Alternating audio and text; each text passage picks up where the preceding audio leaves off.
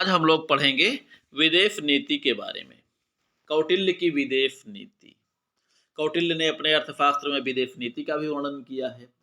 जैसे कि हम पहले भी आपको बता चुके हैं कि विदेश कौटिल्य ने अपने अर्थशास्त्र में उन सारी व्यवस्थाओं का वर्णन किया है जो एक राज्य को चलाने के लिए आवश्यक होता है। यानी एक राज्य की सुरक्षा व्यवस्था से लेकर सारी नीतियां। ठीक है, तो आज हम पढ़ेंगे विदेश नीति। देखिए, कौटिल्य की जो विदेश नीति है इसे खड़गुण नीति के नाम से भी जाना जाता है।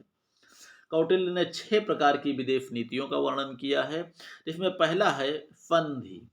संधि किसके लिए है? कमजोर राजा के लिए। ठीक है, कमजोर राजा का कार्य क्या है? कमजोर राजा पड़ोसी राज्य से संधि करके अपने राज्य की रक्षा करे। सीधी सी बात, अगर अपनी शक्ति कमजोर है तो संधि के द्वारा अपनी रक्षा करे। दूसरा है विग्रह। विग्रह किसके लिए है?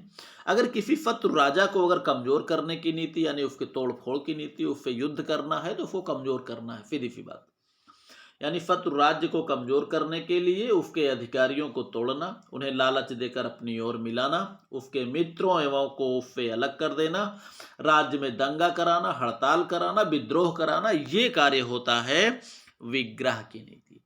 एक प्रकार से अन्य राज्यों के या शत्रु राज्यों को कमजोर करने की नीति जो कहलाती है वो है विग्रह नीति।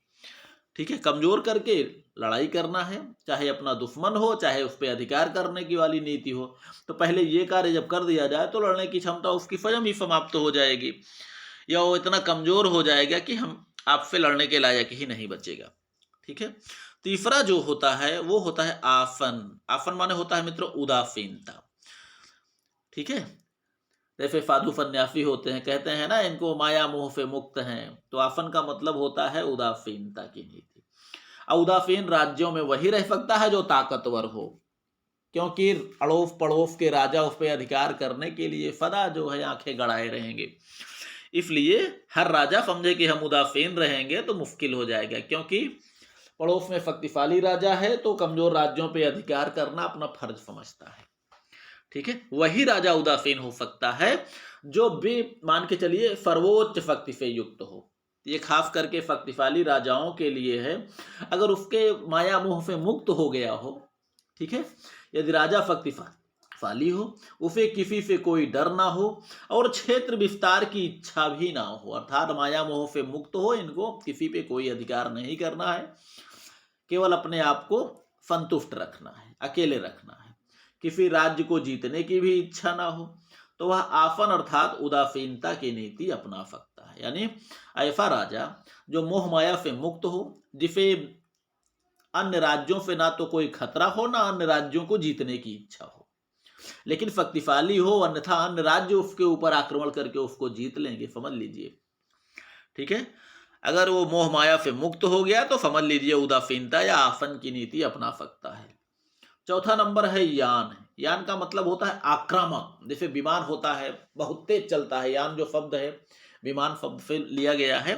यान का मतलब तेज चलना, यानी आक्रामक। आक्रामक का मतलब अपने क्षेत्र को बढ़ाने वाला, चारों तरफ बढ़ने वाला, तेजी से। ठीक है, यान का मतलब यदि राजा शक्तिशाली हो, उसे अपनी शक्ति पर भरोसा हो, क्षेत्र विस्तार की भी इच्छा हो, यानी अपने राज्य को बढ़ाना चाहता है, तो उसे यान अर्थात आक्रामक नीति अपनाना चाहिए।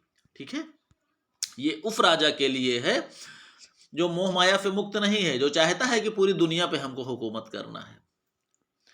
ठीक है, चलिए दूसरा होता, 5वां नंबर है संश्रय। शत्रु, ये खास करके उसके लिए है जो अपने शत्रु से रक्षा करना चाहता है। अगर किसी शत्रु से आत्मरक्षा के लिए एक राजा को अन्य राज्य से मित्रता कर लेना चाहिए।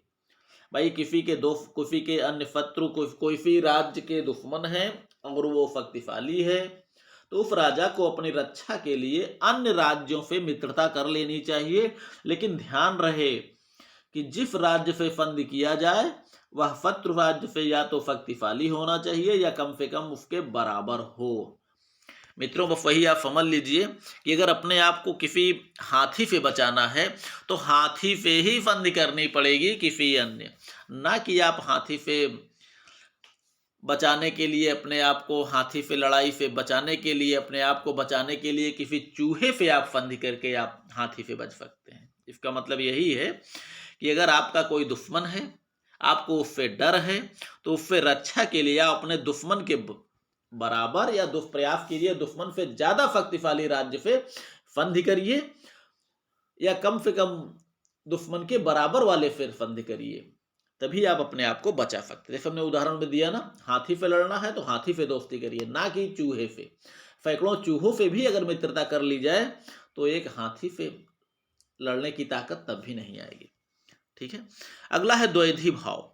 द्वैधी भाव किसी राजा को विजय की इच्छा हो, यानी विजय की इच्छा है, उसकी क्षेत्र विस्तार अपना करना चाहता है, परंतु उनके कई शत्रु हो इकट्ठे, यानी कई दुश्मन हो, यानी चारों तरफ बढ़ना चाहता है, तो सीधी सी बात है कि सबसे लड़ना पड़ेगा।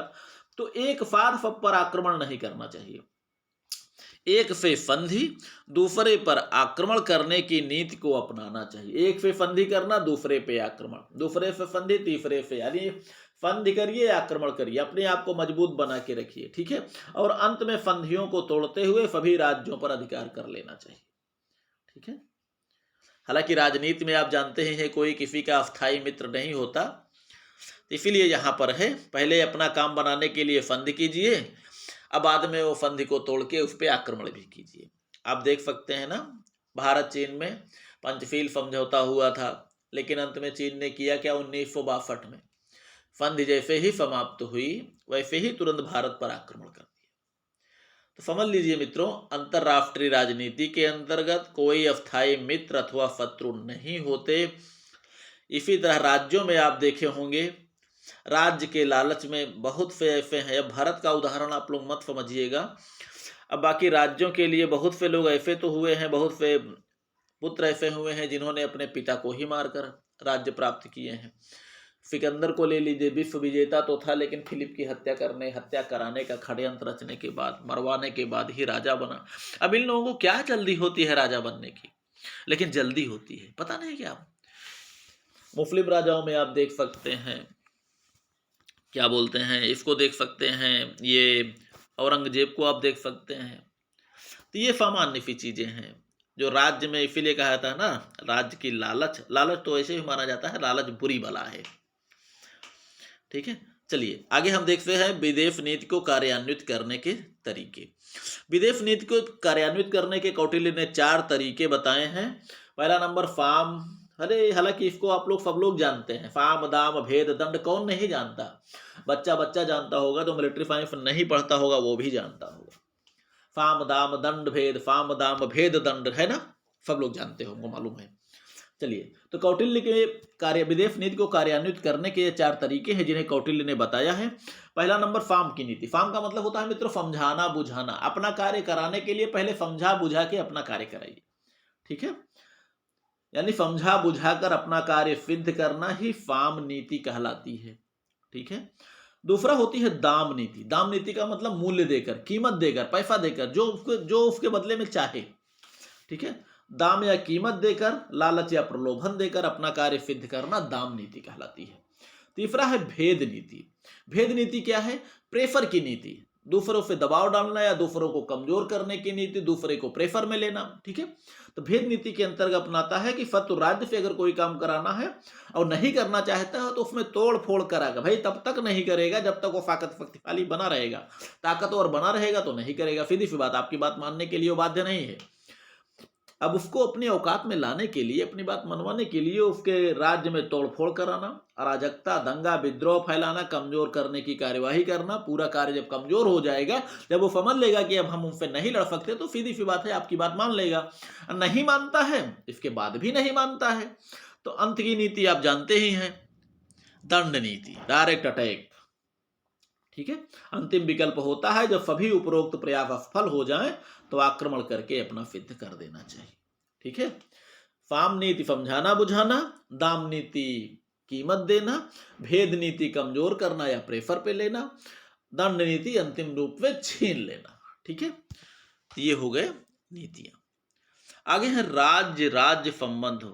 मित्रों रुकिए, हम देख लेते हैं थोड़ा सा, अगर ये बड़ा होगा तो फिर इसमें हम लोग बाद में पढ़ेंगे क्या इसको। ना माना तो सही।